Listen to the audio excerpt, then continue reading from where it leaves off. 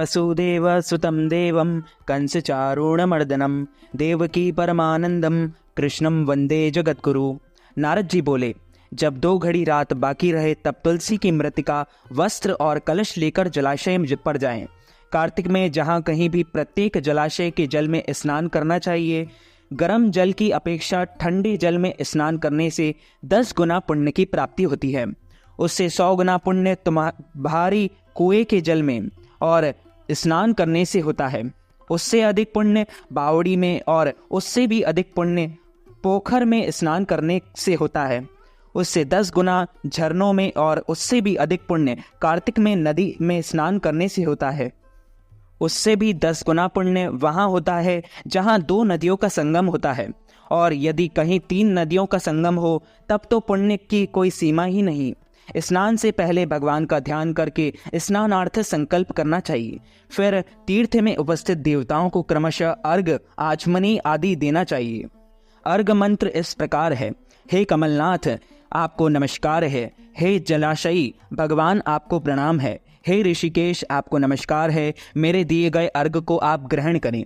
वैकुंठ, प्रयाग तथा बद्रिकाश्रम में जहाँ कहीं भगवान विष्णु गए वहाँ उन्होंने 3 प्रकार से अपना पांव रखा था। वहाँ पर ऋषि, वेद, यज्ञों सहित सभी देवता मेरी रक्षा करते रहे। हे जनार्दन, हे दामोदर, हे देवेश, आपको प्रसन्न करने हेतु मैं कार्तिक में विधि विधान से ब्रह्म मुहूर्त में स्नान कर रहा हूँ। आपकी कृपा से मेरे सभी पापों का नाश हो। हे प्रभु, कार्तिक मास में व्रत तथा विधि पूर्वक स्नान करने वाला मैं अर्घ देता हूँ। आप राधिका सहित ग्रहण करें। हे कृष्ण, हे बलशाली राक्षस का संहार करने वाले भगवान, हे पापों का नाश करने वाले, कार्तिक मास में प्रतिदिन दिए हुए मेरे इस अर्घ द्वारा कार्तिक स्नान का व्रत करने वाला फल मुझे प्राप्त हो। तत्पश्चात विष्णु भगवान, शिव भगवान तथा सूर्य का ध्यान करके जल में प्रवेश कर नाभि के बराबर जल में खड़े होकर विधि पूर्वक स्नान करना चाहिए। गृहस्थी को तिल और आंवले का चूर्ण लगाकर तथा विधवा स्त्री व सती को तुलसी की जड़ की मिट्टी लगाकर स्नान करना चाहिए। सप्तमी, अमावस्या, नवमी, त्रयोदशी, द्वितीया, दशमी और तिथियों को आंवले तथा तिल में से स्नान करना वर्जित है। स्नान करते हुए निम्न शब्दों का उच्चारण करना चाहिए। हे भगवान श्री कृष्ण, हमारी सभी दिशाओं से हमारी रक्षा करें। जिस भक्तिभाव से भगवान ने देवताओं के कार्य के लिए 3 प्रकार का रूप धारण किया था, वही पापों का नाश करने वाले भगवान विष्णु अपनी कृपा से मुझे पवित्र बनाए। जो अमुष्य भगवान विष्णु की आज्ञा से कार्तिक व्रत करता है, उसकी इंद्रादि सभी देवता रक्षा करते हैं, इसलिए वह मुझको पवित्र करे। बीजों, रहस्यों तथा यज्ञों सहित वेदों के मंत्र, कश्यप की आदि ऋषि, इंद्रादि देवता मुझे पवित्र करे। अदिति आदि नारियां, यज्ञ, स्त्री, सिद्धि, सर्प और समस्त औषधियां व तीनों लोकों के पहाड़ मुझे पवित्र करें। इस प्रकार कहकर स्नान करने के बाद मनुष्य को हाथ में पवित्री धारण करके देवता, ऋषि, मनुष्यों तथा पितरों का विधि पूर्वक तर्पण करना चाहिए। तर्पण करते समय तर्पण में जितने तिल रहते हैं उतने वर्ष पर्यंत व्रती के पितृगण स्वर्ग में वास करते हैं। उसके बाद व्रती को जल से निकलकर शुद्ध वस्त्र धारण करने चाहिए।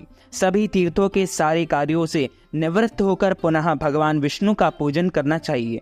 सभी तीर्थों के सारे देवताओं का स्मरण करके भक्ति पूर्वक सावधान होकर चंदन, फूल और फूलों के साथ भगवान विष्णु को फिर से अर्घ देना चाहिए।